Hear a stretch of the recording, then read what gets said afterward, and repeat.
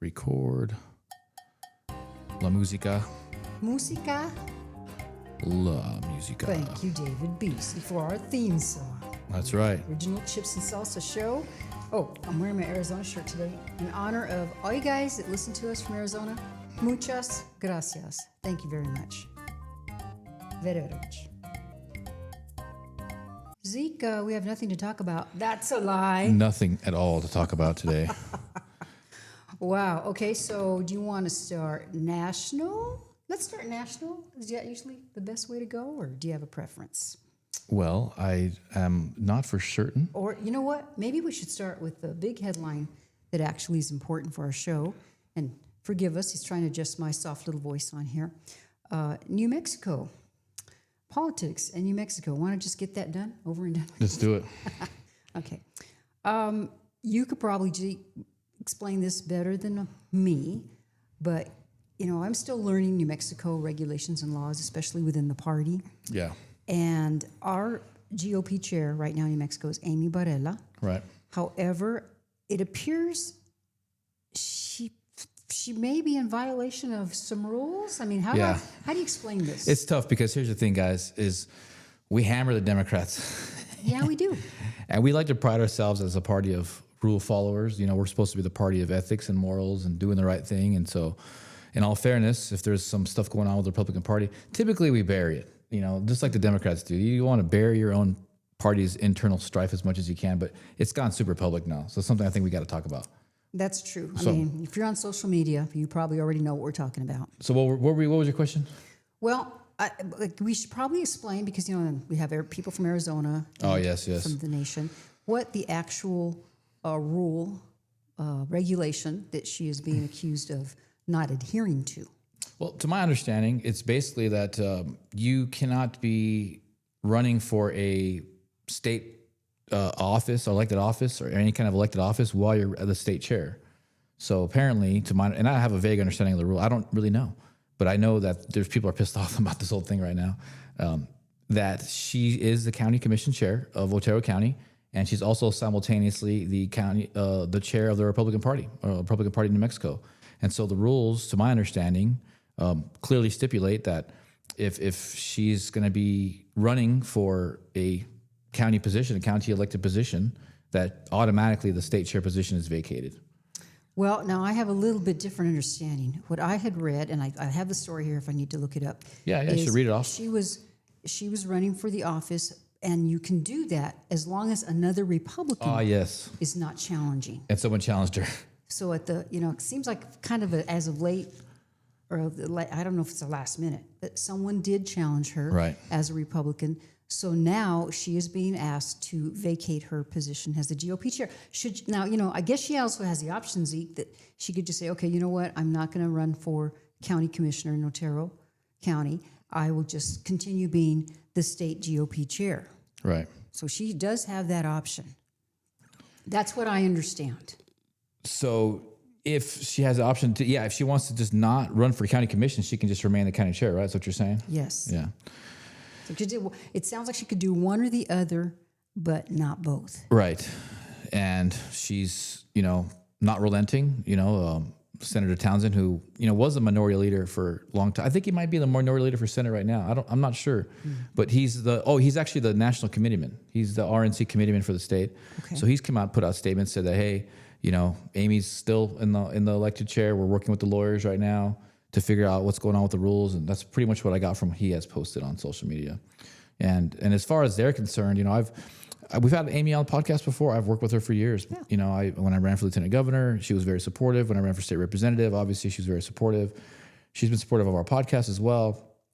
So I don't have too many bad things to say about Chairman Badella, but I do know that people are really pissed off, and that rule is really cut and dry to my understanding. Now that everybody's like really invested in it, and I mean it's going crazy on social media. I've seen memes about her constantly, and so I got to investigate and see what's really going on. But from my understanding, if the rule's broken, we got to adjust that. If it's not a rule broken, then we got to look at that too.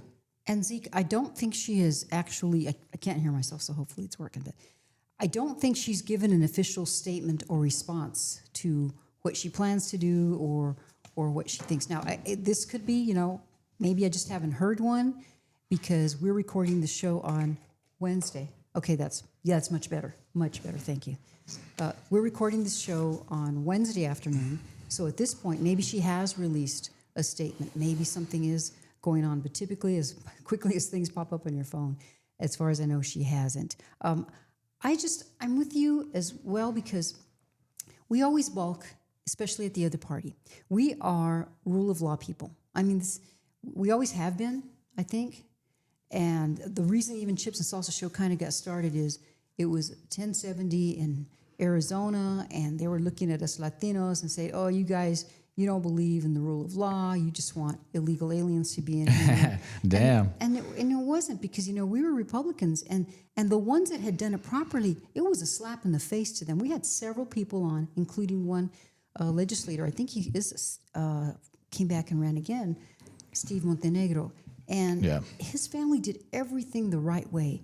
So if we're going to be true to our party, true to our politics, we have to do the right thing. And I'm hoping in the end, I'm praying for Amy that things will go good. It's tough to be in that position. And then you probably know, so if she were to step down, let's say she decides, okay, I'm going to run for the county commissioner spot. Yeah. Then she steps down, so the next in line would be the first vice chairman, would just take her place automatically, right? Right. Yeah, and then apparently they have 30 days to elect somebody or appoint somebody or hold a vote for a new chair, a temporary spot, because the election for the chair is up at the end of this year. Right after our election, our midterms, about a month or two, something. They call it right after the midterms are over, when they're going to hold the new election for the state party leadership. Could be December, could be November, could be January. I think the last cycle we had it in January. And is that all of us committee members vote, or just the delegates that we send? That's the SEC, the State Central Committee members. Okay, yeah. So that basically the delegates go. Yeah, basically the delegates, exactly. To do that. That's right. But I haven't heard any more update, but we wanted to tell you because that's what's happening in New Mexico politics. New Mexico, we have a lot of problems right now. Particularly, we don't have all of our positions filled with Republican candidates. Yeah, that's a big right. I don't know if you saw a Santa Fe, New Mexican article. I think I sent it to you because someone sent it to me, and I was like, wow, it's a brutally written article. I mean, they threw Steve Pierce under the bus. Basically, he just they're accusing him of not doing anything the 6 years that he was in the county chair's position. They didn't get anybody any candidates for at least 10 state representative spots. The state treasurer, the state assessor, Ben Reed Lujan, U.S. Senator. They basically had 12 years to find someone for that guy, and they didn't find anybody for 12 years for that guy. And so, a lot of people are pissed off about that too, because a lot of people that I know that have, been in the Republican Party for years, these guys are very well off, very well-to-do people, and they're hard Republicans, but their biggest criticism has been that, well, look, the party's main job is to make sure that these races have candidates. At the very least, you should at least have candidates. When Democrats run unopposed, oh, that's brutal. Oh, that's a stinger. Oh, it's horrible. It's depressing. And I will say one thing here too. Yes, it's the party, and we have a Republican Party. We have county Republican parties as well. But also as committee members, and even if you're just a member of the Republican Party, it's your civic duty to try to find leaders and encourage them to run. So while, yes, you can certainly say, a lot of people just say, well, that person, they're the chairman and they didn't get anybody. Well, it's they can't do everything by themselves. That's true. They really can't. But at the same time, it's very difficult when at least have somebody run. We got to get somebody in that spot. And especially, we talked about this, I think, last time. Here, New Mexico only has 2.2 million people.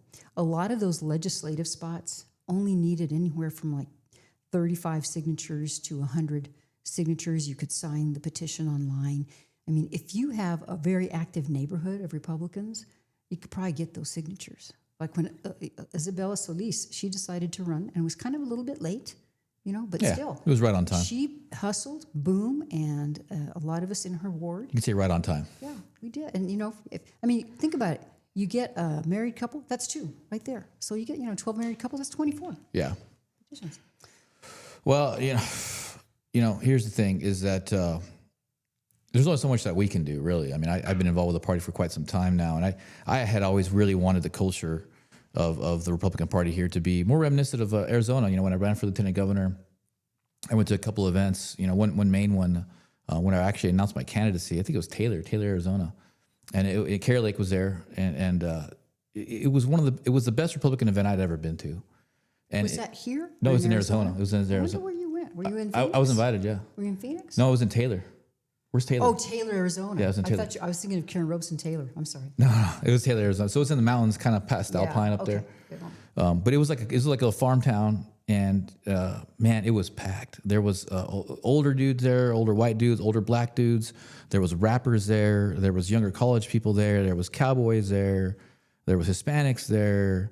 There was music and just fun and food and horses and American flag and everybody singing and really awesome speeches. Everybody was throwing communism under the bus. All the candidates, as it should be, were Marxists. We know Marxism, and it was the best Republican event I'd ever been to. So I'd always envisioned something like that here in New Mexico, and I tried my best to impart that into the party here locally, into the state. But you know what? They got their own idea of what they want to do. Obviously, it didn't work out so well for them because they're under fire right now. So at the very least, I would hope that people are more open-minded to where the trajectory of the party can go. We can have some type of envisioning of where we want the party to be. And then more importantly, this should inspire people to get involved. A lot of people get discouraged with chaos and turmoil and controversy, but that's how the bad guys think of it. That's an opportunity. Because when there's chaos, there's opportunity. We need to start having that mindset. Where there's chaos, there's opportunity. People need to start, getting upset about the way things are getting done and getting involved. Because if everybody's getting involved, things like this wouldn't happen. It's real easy to criticize things if you're not doing anything because you don't really understand the full picture. So I'm not going to fully throw Amy under the bus because I know how much stuff she has to deal with. Being the chair is a very difficult position. I really don't know who else could do that besides her. Whether or not she's doing a good or bad job, I don't know. I just know that there's not many people in this entire state that can do it. And she certainly had a lot of the experience, up there and being very involved. There's an old Star Trek episode, and in there, I can't remember if Captain Kirk says it or does. Somebody else may have given him some words of wisdom to take a disadvantage and turn it into an advantage. Yeah. And I like what you're saying. I want to ask you though. So, what is your opinion? What do you think should happen? What would be the best thing for our party in New Mexico?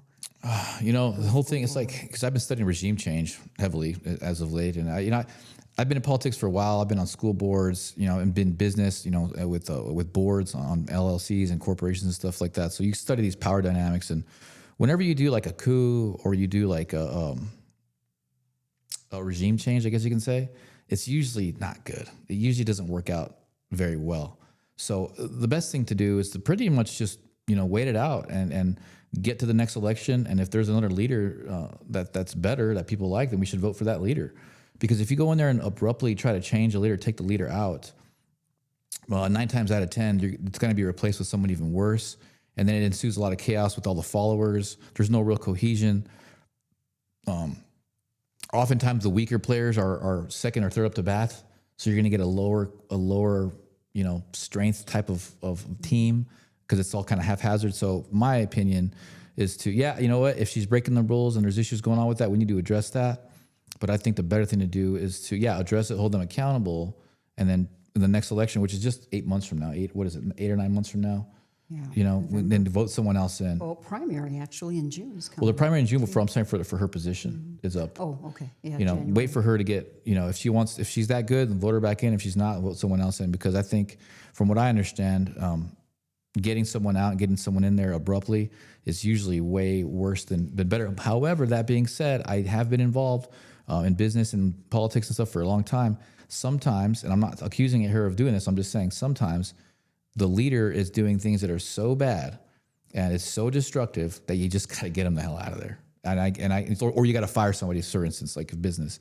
So I'm open to that too. Not necessarily that she's doing that I want that to happen, but that's just life. We have to look at all of the pieces on the chessboard.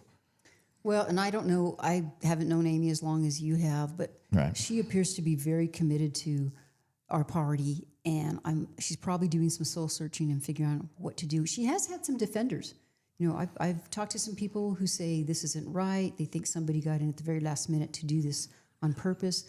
But my foremost thought is, how will this affect us as Republicans? We're already very damaged here in our state. It's very tough to be a Republican. It is. Even though there are a lot of conservatives, there really are. The party is just... It's really tough to run people for office and get people interested, as you say. Yes. And our party is still, I mean, it's got some... We are the pro-life party. We are faith and family. I don't want to discourage people.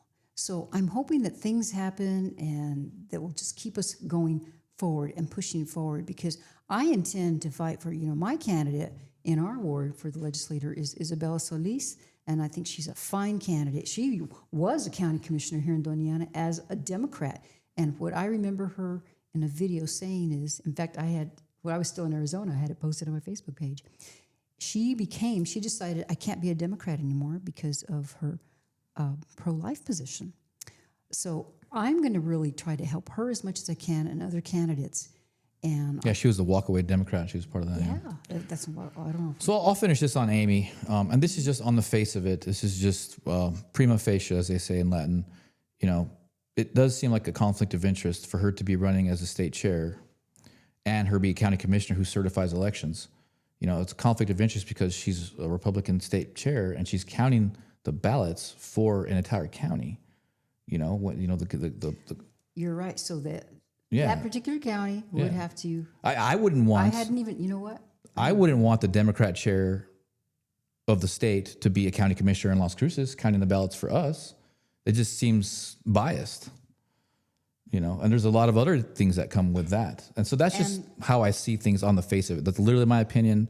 No one's told me that. I'm just looking at things like, okay, it doesn't seem ethical to have a state party chair on a county commission that counts ballots for both parties. For both parties. Now, that's really interesting. Now, it's perfectly legal right now. There's nothing in the rules here that say it's not. This is all about her having another challenger to her race for county commissioner. So it doesn't even mention what I just mentioned. I think, I don't know, I hadn't even thought about that. Honestly, for both sides, as a Republican, I wouldn't want the Democrat state chair as a county commissioner on the Doña Ana County Board, because it's like, well, she's the Democrat chair and she's counting our ballots too. Like, come on now. Or let's say you are part of the county commission, and when it's time for you to approve, I'm using the wrong terminology, certify. Yeah, certify. Certify the ballots for your county. Hey, I'm on the ballot, so you know what? I'm going to abstain because I'm on the ballot and not be able to certify. To do that, to certify. That almost seems like a compromise. But you bring up a very, very good point. I think, and probably every state needs to do this in counties and things. You need to review your laws, regulations once in a while and see, are they really fair? Do they really fit? Do the people really understand them? That's my thing. It's been very difficult for me to get information and understand New Mexico because I lived in Arizona so long. They're so vague. I appreciate you. I always have to ask, Zeke, how does this work? What do we do? Huh? And, 60% of the time, I'm like, I don't know. Let me look into it. But thank you for looking into it. Well, here's crazy New Mexico. Here's the Wild West New Mexico, because this is one thing. And I respect Chairman Amy Barela. I do. And I respect everything that she's done. This is me being an American. And she's a friend of the show, like you say. She's been on. She's been very helpful. This is me being as transparent, as responsible as a journalist as I could be. I do have my obvious biases, but even worse than that, Wild West New Mexico, we have a lieutenant governor on the Democrat side that is our current Secretary of State. So our Secretary of State is going to be counting her own ballots for her lieutenant gubernatorial election. Like, that is like reminiscent of Arizona, right? Where we had the Secretary of State and it's the Secretary of State was counting her own ballots as a governor. I mean, that is that's a whole nother level. I can have my little criticisms of what's going on with our party, but that is just unacceptable. I mean, Secretary of State is running for lieutenant governor, which I think is okay. But in a state where President Trump has said, hey, New Mexico, you got to fix your elections. They're crooked as hell. And I've experienced, election fraud or, election anomalies, I guess I'll say, personally for almost a decade now. I know there's no safeguards to prevent bias in her counting the elections. So where are the controls? She's counting her own ballots. I don't like that. I don't like it.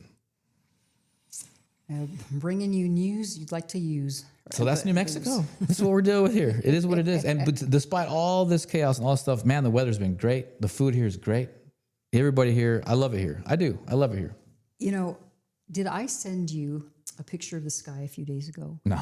Okay, out here, there isn't pollution really. It's a lot of sunshine. We're about 3,900 in our elevation. So when you go out for a walk or you go out, you can see stars at night. Okay, it's beautiful. But we do have these things in the sky. People call them chemtrails sometimes. A few days ago, Zeke, there was nothing. Yeah. It was a blue. Wasn't even a cloud in the sky. And usually we have some clouds. At least there are a few clouds. Yeah. It was beautiful. I took a picture, and it was a clear blue sky. And I had almost forgotten what that looked like. And that's of course, that's a show for another day. They're always spraying us down like freaking rodents. I can't stand it. And then, you always notice that when they spray a lot, people get sick. I noticed that people tend to get sick. And that's, a lot of the red states, conservative states in the country have voted them out. They wrote legislation, they wrote laws where you cannot. That's right. Because what's the other name? It's not chemtrails. There's another name for them too. It's like weather or something. But either way, you guys know what I'm talking about. So, other Republican states have gotten rid. If I was a legislator, I would push to get rid of them because I run outside all the time. I love being outside, and I don't want to be sprayed with all kinds of aluminums and there's all kinds of horrible stuff they're putting in there apparently. So yeah, that's something I'm glad we mentioned that because that's something we need to start talking about more often. And just before we leave that, I was thinking, so should I contact my city councilor about it? Who's the best person? Because they're coming from different directions. It's the congressman and the state legislature as well. Even though it's over New Mexico skies. Yeah, so it should be Gabe Vasquez who we talked to. Yeah.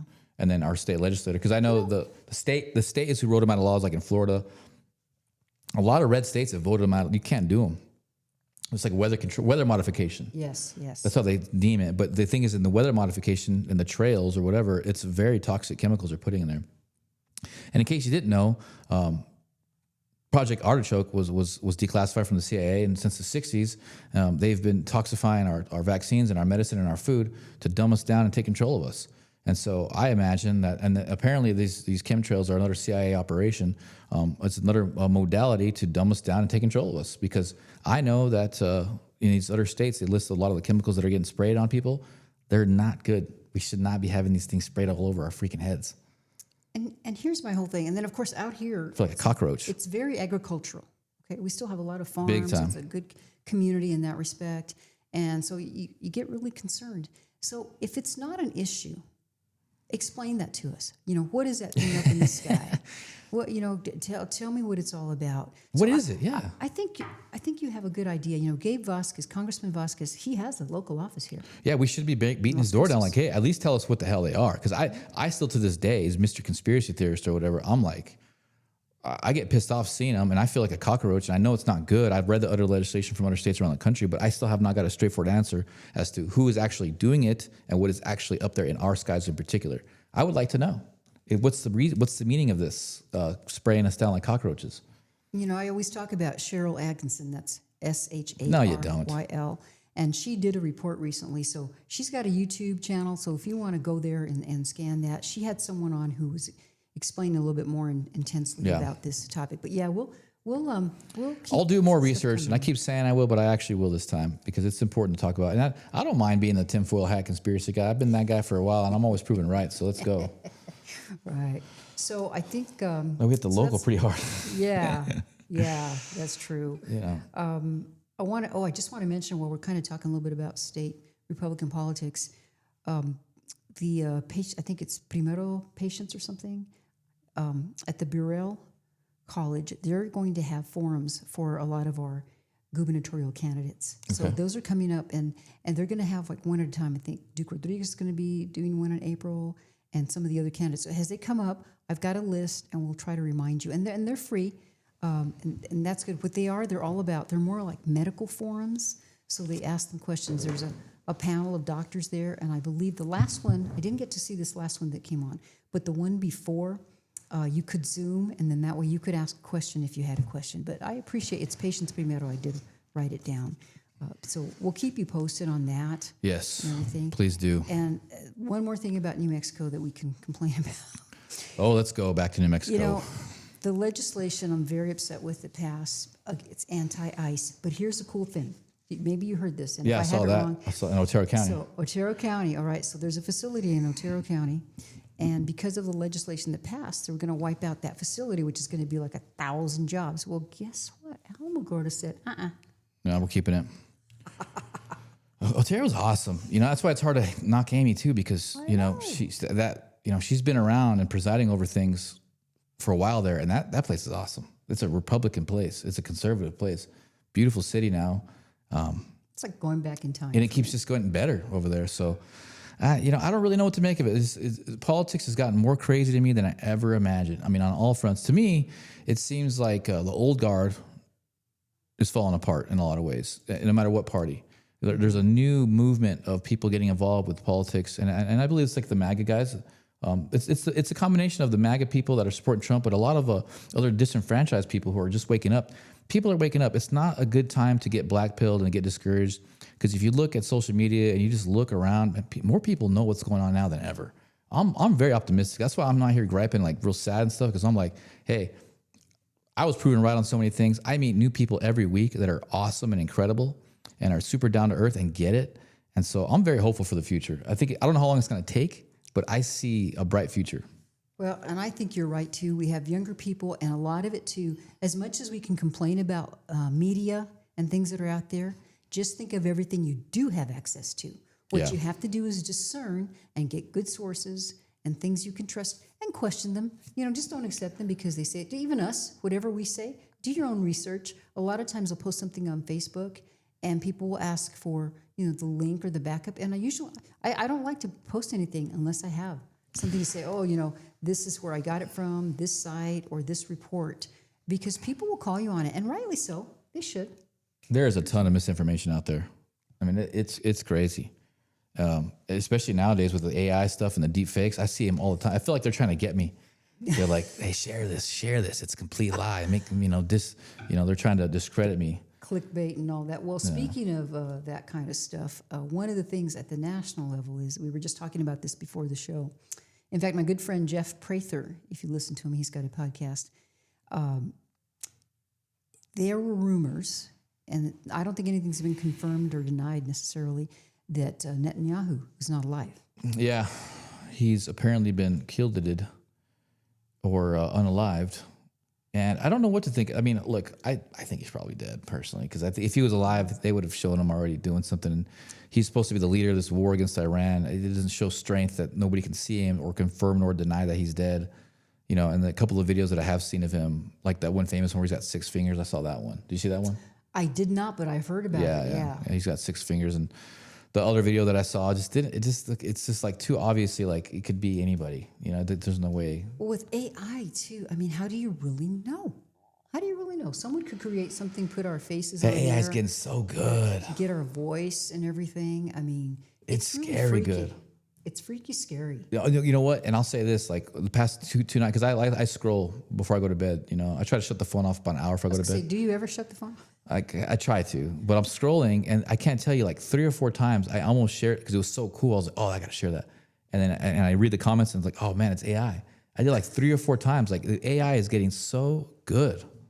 And that's what they just released. I bet you they got AI right now. Freaking blow your mind. Oh, right. Mm-hmm. What was it? There was a story.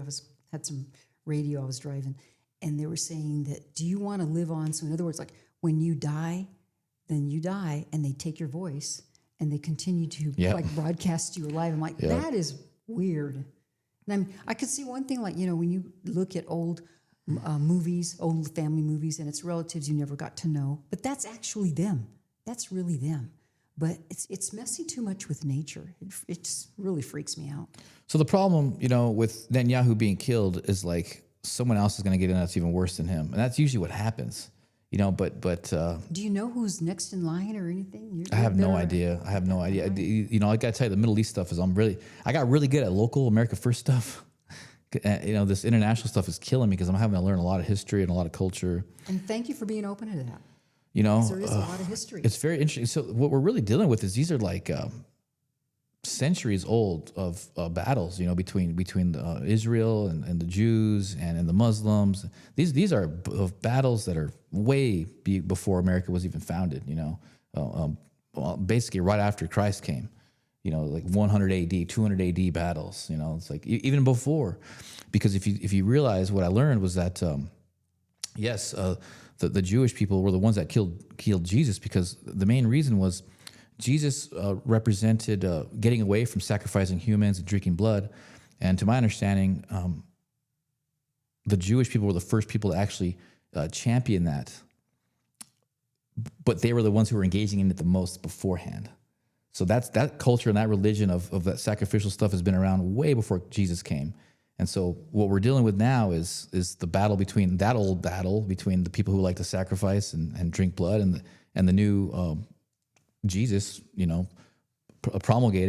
promoted way of doing things where you sacrifice yourself for God, and you don't engage in blood sacrifice and cannibalism and stuff like that.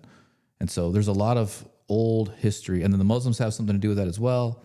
With the Crusades, there's these old battles that we're in the middle of, and they see America as the new Rome, where they want us to fall just like Rome did, and we are falling like Rome. With our, we're getting very decadent and what have you, and a lot of sexual debauchery. Yeah, a lot of similarities. Scary. So that's what I learned. I'm not saying the Jewish people are engaging in certain stuff like that. I don't know. I'm just know that that's the history that I learned. Is like these are old factions of people who are still at war with each other to this day, and we're caught in the middle of it. And I don't know, how do you feel about that, Alice? How do you feel about the Iran war? Well, I tell you what, I try to follow it as much as possible, but it's very difficult. A lot of people, there are a lot of Americans, they think we should not be engaged. But there, again, I'm going to quote Cheryl Atkinson. You know what? I have it saved. And when you're at my house next time, I want you to watch it if you don't before. Okay. And she spoke to this gentleman who had been involved in other administrations. And he made a very good argument for us becoming involved. But here's what I always go back to, because it's very easy to criticize our president. It's very easy to call him the devil, and he said we wouldn't get any wars. Yeah. And so, yeah, absolutely you can. What about Ukraine? Are we still in Ukraine? I don't even know, right? See, nobody's even paying attention to that. Yeah. I always have to think, though, there is information that he has. There is intel that he has, and he understands how important this thing is. Because if this thing goes really bad, it's terrible for his administration, it's terrible for America, and as obviously our midterms, we need to keep our Republicans in there, but some good Republicans. I also saw a story there are a lot of Republicans that aren't going to run. Some of them are retiring too. It's almost like this year is a big purification process. So what I'm doing is I'm trying to pay attention, and I'm praying very, very hard. People have called me right after our podcast, and these are people that have been following this thing. They're older than me. Yes, they're not even boomers. They're older than boomers. And they have been following this for a long time, and they support the president heartily. There's so many administrations in the past, they had an opportunity to do something, and they wouldn't, they couldn't, they didn't. And, that's one thing you can say about Trump. Love him or hate him, he is a man of action. It's not a very good answer, but that's as organized as I can get it in my head right now. No, I'm on board with that. And, they did the poll right after he did his speech, his State of the Union, and he's 98, 99% MAGA support, and then we went to war with Iran. I still think his numbers are still pretty good, actually. They're still good. They're still pretty solid. And what I'll say about that is that, a lot of people complain about Trump that I noticed online in my circle, in my follower circle, whatever. They don't do anything. And that's what's frustrating to me. It's like you complain about President Trump, you complain about local politicians, but man, you don't do anything. You don't get involved. You don't get engaged with the system at all. You've not sacrificed. That guy's almost been killed several times, and if you did get involved, number one, you wouldn't be a hypocrite. You wouldn't be an armchair quarterback. And number two, you would see, and this is what I'm seeing now more than ever, is like what we put President Trump in, and what he elected himself to put himself in. It's like a Raiders of the Lost Ark. When Indiana Jones falls into that cave with all the snakes. Yeah. That's what he's in. Good analogy. That's what it is. Just say wherever you turn is a freaking snake, and that's how it is here in New Mexico. I ain't gonna lie. It doesn't matter what party. It's really hard to trust anybody around here. Everyone's got their own agenda. Everyone's got their own ideology. There is the only real loyalty that I've seen are people like me and Alice, who are America First, who are Trump MAGA Republicans, we're Christians. And those are the people I gravitate towards. And those are the people that I feel like are the ones that are taking over the Republican Party And it's because of our own sacrifices and our own getting involved. Do we complain about, being in the snake cave? Did Indiana Jones complain about it? No, he got the hell out of there. He did what he had to do to get the hell out of there. So I wish people who are so quick to judge President Trump or other local politicians or guys like me, before you do anything like that, get involved. Because I'll tell you what, we need your help more than anything. More than I wanted just to tell you to shut up and get involved. We just need your help, man, or girl, whoever's out there criticizing. And I think President Trump, we threw him in the snake pit because we haven't had fair elections for a very long time. And that's why the SAVE Act is so important, because the people who are in there right now, the senators who are just garbage, these U.S. senators who aren't trying to get the SAVE Act through, making me sick. These congressmen, they really aren't representing us. We haven't had without voter ID, this is all a facade. So President Trump is, in my opinion, this is the last benefit of the doubt that I'm giving him, one of the last ones, is that he's not arresting people. He's not doing a lot of the America First things that we want, because he really doesn't have control of the real Congress yet. He really can't do much until we get the SAVE Act pushed through and we start getting real congressmen, real U.S. senators elected under him. And so that's my 10 cents on everything. Well, and I hear what you're saying, and especially I always have to think, what is Trump? He's not a politician. He is a businessman, a manager. And he's always trying to, you're juggling all these different balls in the air, and you're just trying to do the best you can. And sometimes you have to prioritize and do what you can. He does have good people, and, and some people are going to come and go because that's how it is. And that's not a bad thing, because it's just like employees. If it's not working out, bye-bye. We don't need you, because this is a country we're trying to save. And I'm glad you mentioned the SAVE Act, because something needs to happen with that. They're debating it right now, right? I think it passed. Or something happened in the Senate. Something good happened. I don't know. I didn't get any clarification, but I know. This morning, Glenn Beck was saying they were debating in the Senate, I believe. They're still debating? Okay. I hope it So then I saw some AI disinformation. Well, and unless it's already updated. I don't know. Because things can change from minute to minute. I wish we had our live teleprompter here. Tell us. That's what we need, huh? Yeah, I'll bring in an old phone or something, and then we'll just have it, keep it going like just that. See it going, yeah. Oh, man. So that's my 10 cents on everything right there. It's like, I really wanted to say that, I know President Trump's getting a lot of flack with Iran right now. I didn't agree with it either. But one last thing I'll say about that, and I'll let you take over, Alice. I heard this really interesting podcast on Nino's Corner, Nino Rodriguez out of El Paso. El Paso, yeah. He had this, the founder of Project Camelot. You ever heard about Project Camelot? And I forgot her name, but Project Camelot was this hardcore, essentially esoteric conspiracy theorist platform on YouTube that got wildly popular back in 2008, 2009. Never heard of it. It was huge. And so she came on and he's like, hey, look, folks, I know a lot of people say don't have her on, and she's real controversial. He's like, but things are getting so crazy, we got to hear her out. And she's basically saying that we went to Iran because they have access to a Stargate, and we're there for the Stargate. Oh, I like that conspiracy. Yeah, I like it too. And the reason why we went to Iraq is for the Stargate they had there as well. And the first place that we attacked in Iraq was a huge museum, because that's where the Stargate was held. And apparently there's all kinds of like intergalactic battles that are really going on behind the scenes.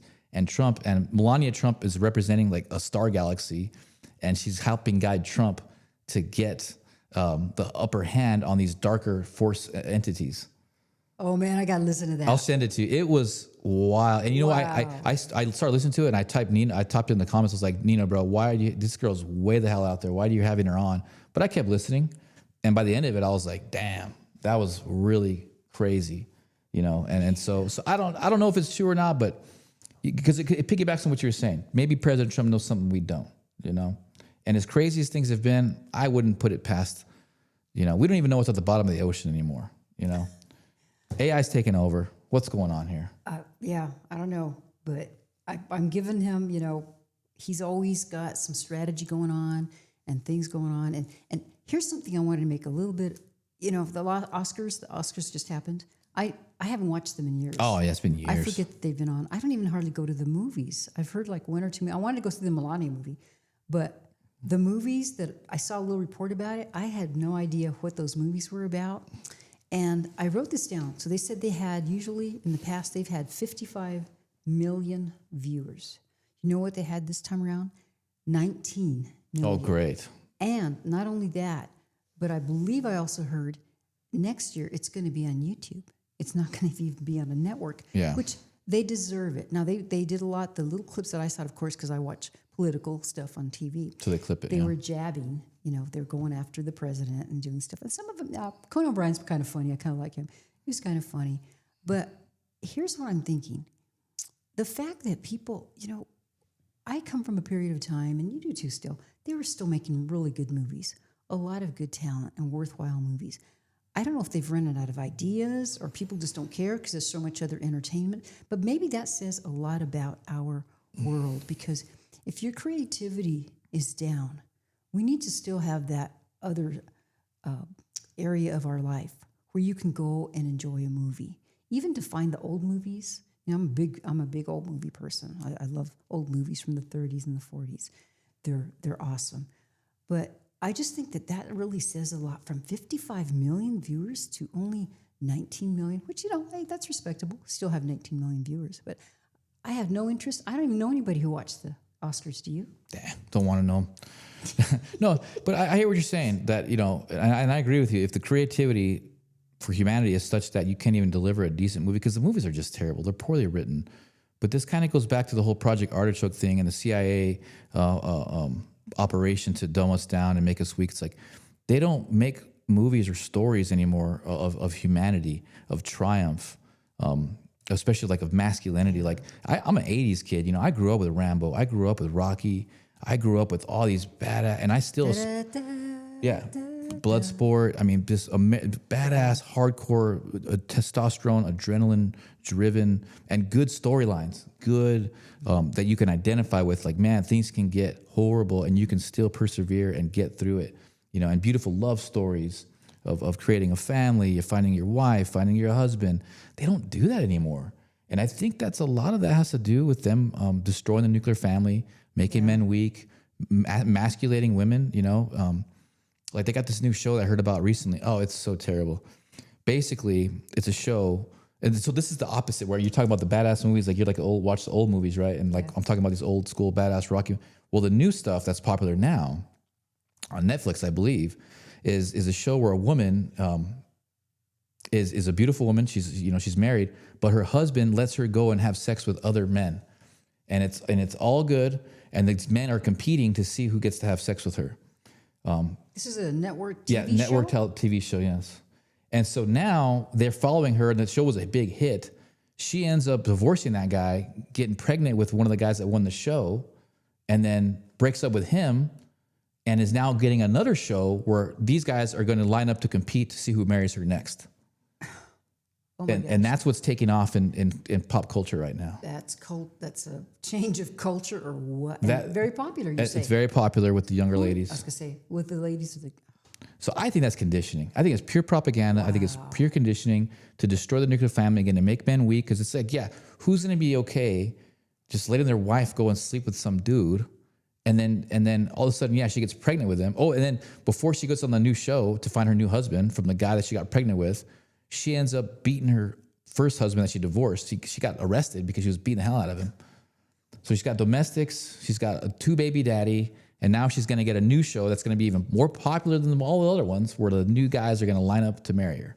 So what I'm seeing, it sounds like you say, they're taking a woman, trying to turn her into a crazy man. I mean, a guy that can, I'm have a bit, what do they call him, baby daddy, whatever, and have all this, sleep with as many women, and now she's beating the hell out of her husband, which there are women that do that. That happens. It happens, and but she's being idolized for it. But the fact that you're saying it's popular among young women, I presume. Yes. I take it. I think all women probably.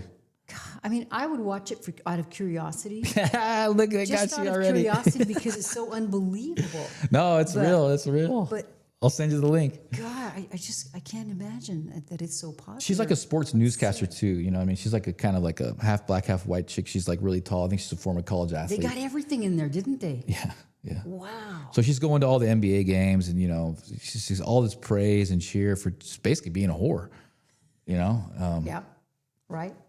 And the value of motherhood once again is attacked and gone. And so in that same space, this one podcaster I was listening to, Joker, who's a really, really great guy.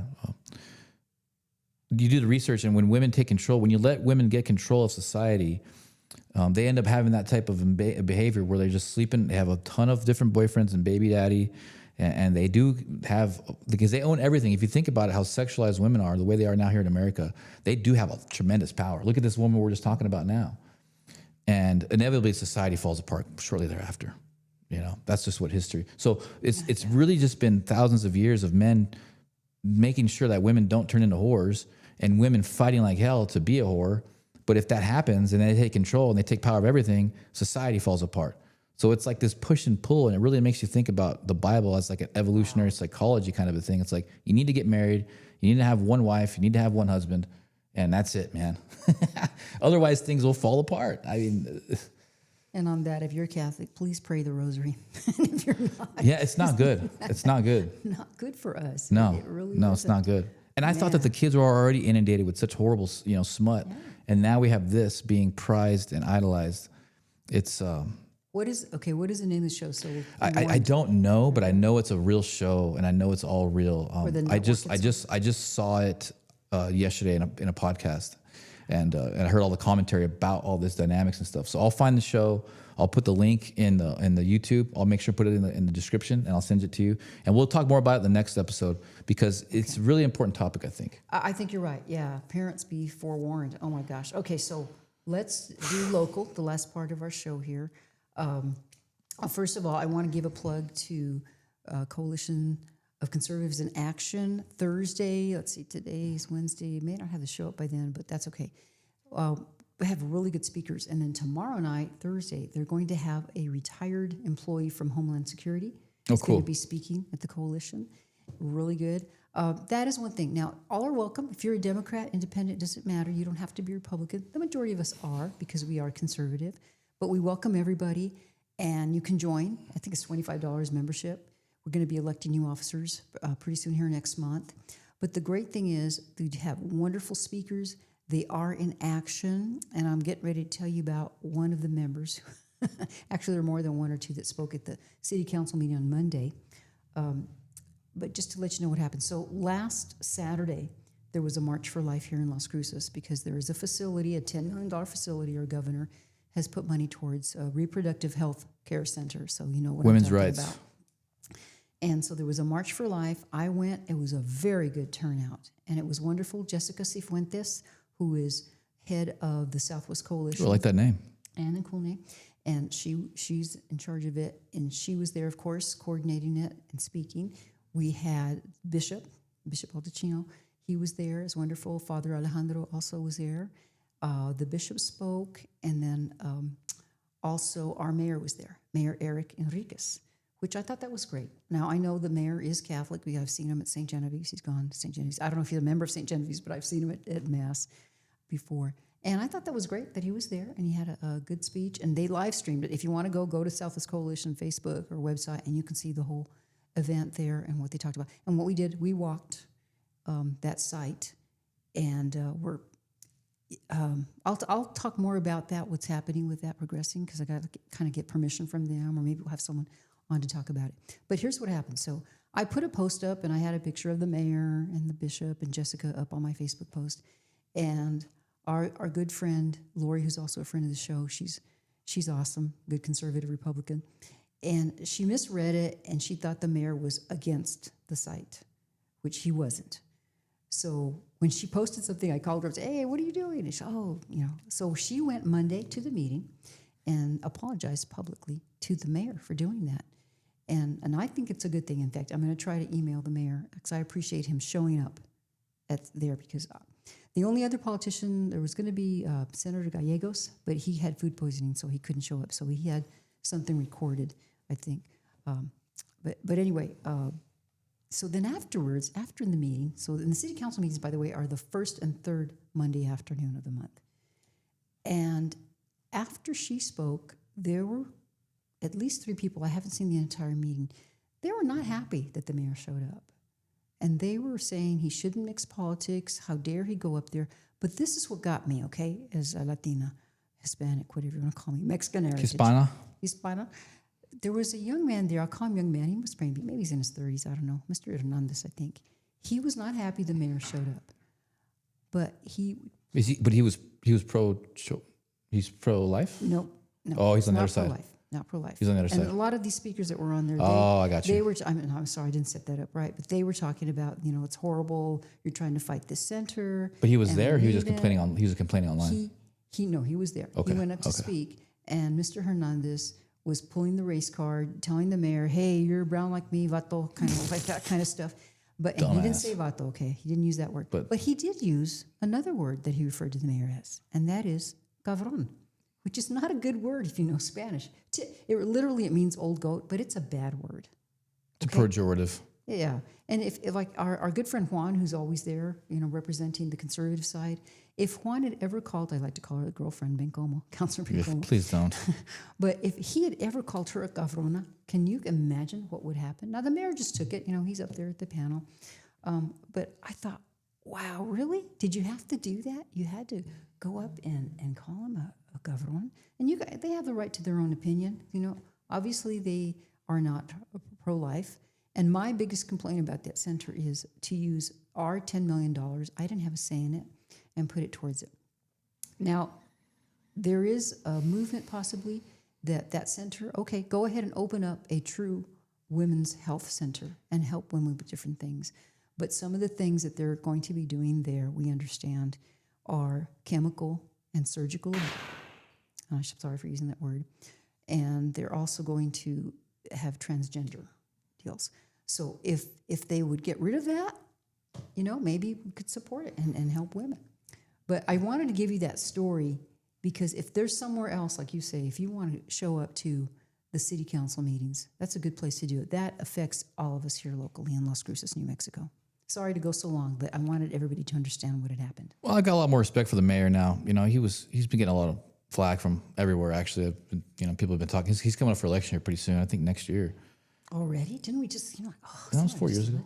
About 4 years ago. And I know he's a strong Catholic. When I've talked to him briefly once or twice, and had a good meeting with him. One really long meeting with him. It was very it was a good meeting. He's a man of faith, and for him to put himself out on the limb like that, to be pro-life and to be marching with you all and to speak.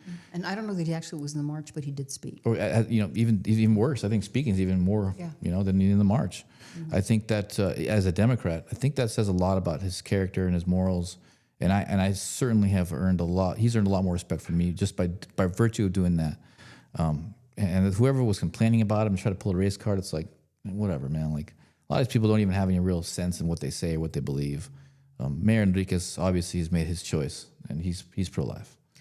And I appreciate, like I say, I'm going to send him an email or write him a note that I do appreciate as representing our community. We already have facilities here that offer those unfortunate services. We do. I just don't think we need another one. But they have started to break ground. Yeah, we're world renowned right now, guys. We're the only state in the entire world that engages in this type of tourism, this type of medical tourism. Canada looks down on us. A lot of countries around the world look down on us because of what we offer here in the state of New Mexico. And I believe our land is cursed. I ain't gonna hide it. I think I'm pro-life. I don't think my main thing is that the women don't know. I've always said that women have a right to know. They don't know the dangers. You can become sterilized. You can be permanently maimed. The PTSD, the psychological trauma that you're going to be having to deal with, is never talked about. And they maybe mention it a bit. I don't know, but I just feel like that the real risks and dangers of it. And then I'm not even talking about the population. I mean, we need 2.2 kids per household at this point. We're way down on that. We need to be promoting more families and having more kids, not the opposite. It's like, and so yeah, that's just my position on the thing. Right. So if you would like to help out, I do Prayer Warrior at the Pink House, and just contact the Southwest Coalition or contact me and I'll put you in touch. It's that's the best thing that I can do right now is pray, because this is the city of Las Cruces. It's the city of the crosses, and it's just really important. We moved back here 2022, and it's worth saving. There are so many wonderful people here, good people here that were born and raised. You were born and raised here and grew up here. They're still living here. They want the best for their families. This is still a great community. It can be even better, but I kind of feel like you do, Curse. There's like a big dark cloud of evil that I always feel like we got to fight against. Yeah. And I think that's going to be an eternal battle. I think the battle between good and evil is eternal. You know, it's always going to be, it's just never going to be this like amazingly peaceful time. I just don't think that's good for character development. I think that spiritually we need to be battle hardened. And I'll end on this note because we're coming up on the hour here. As bad as it seems like it is with the Republican Party right now, you know, the Democrats are so much worse. I mean, they're just like Stephen, Hallelujah. You know, Deputy Chief of Staff Stephen Miller had a great speech yesterday. I posted it on Facebook, but basically, you know, the Democrats have been caught stealing trillions of dollars in Medicaid fraud and just fraud in general for these illegal immigrants from places like Somalia. That and that is just horrible. So I believe the Republican Party will get their stuff together. It's just a matter of time. And the Democrat Party, from my estimation, it needs to be destroyed. It's just been rotten to the core. It needs to be. I like the two-party system. I'm not saying I want one-party rule all. Two-party system was what the founding fathers envisioned. I think it got it this far. Republicans, independents. I think that's the future. But so no matter how bad it might look for the Republicans, we ain't as horrible and as evil as the Democrats. I'll tell you that. And like I say, the reason I'm still a Republican is just because we actually, what is it? Somebody used this, faith, family. Very important to us. Very important. So I'm not going anywhere. I don't think you're going anywhere either for now. Nah, I ain't going nowhere. To get really crazy. I like controversy. Yep. Well, we need to question everything. And we do appreciate you watching our podcast, your support. The Chips and Salsa Show in New Mexico. Chips and Salsa Show, the one in Arizona, they're still kind of finding a studio, so I just wanted to let you know that. Kind of keep a watch on them. As soon as they get their wheels together, you know, I'll keep you posted as well as that. This stuff is hard, folks. It's hard to get it put together. Yeah. You know, we work real hard to even get this show done for you guys. You know, we'll hopefully get it improved and do more stuff here. But, you know, I respect anyone that's out there putting out information on social media, putting out clips, keep it up. You know, I'm not one of those guys that's jealous. Like, if you're putting out good content and you're standing for truth, for freedom, do it. If you need some help, you want some pointers, and people do reach out to me. A lot more people reaching out to me lately about, hey, what mic should I get? What camera should I get? I'm like, man, use your phone. Buy a basic microphone you can get on Amazon for $50. It don't matter. Just get it out there. Just get posting content, because the more of us that are there out there on the digital platform, the better it is for humanity. That's just what it is. And thank you, because I know you guys send a lot of stuff, and I'm really bad. I don't get to it right away sometimes because we have lives. But just keep sending it. Don't worry about it. If you think, oh, she probably got it, that's okay. I'd rather get it 2 or 3 times than not get it at all. Right. So really appreciate you, Chipsters. Mucho. Okay, well, is it prayer time? It's Mr. prayer Z? time. Let's make a quick, small prayer. Lord Jesus, thank you for all the blessings, and just, you know, I just pray that you're with us, Lord. These are very tumultuous, chaotic times nationally, globally, locally here in Las Cruces and New Mexico. And there are beautiful people here that are fighting for you, Lord. And the children here need your help more than anything, Lord. And I just pray that you keep us focused on praising you, Lord, staying grateful for all of the blessings that you've given us, and given us the guidance that we need to help these children here in New Mexico that have been forgotten about, that need us to fight for them so that we can have a future as a species and as creations of you, Lord. In Jesus' name I pray. Amen. Amen. Thank you, Steve. You do a nice job. So thanks so much. We'll see you at the next edition of the Chips and Salsa Show. Later, guys.